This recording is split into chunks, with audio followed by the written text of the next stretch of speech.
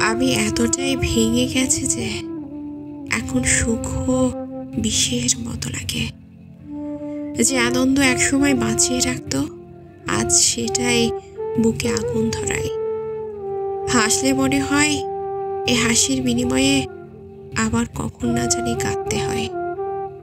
আর তাই এখন হাসতেও ভয় পাই, ভালোবাসাকেও ভয় পাই।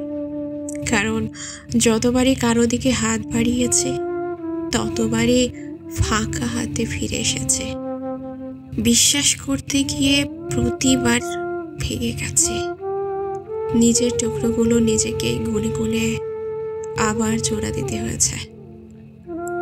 প্রতিবারই প্রমাণ মিলে যতটা ভালোবাসি ততটাই শেষ হয়ে যায় আমি।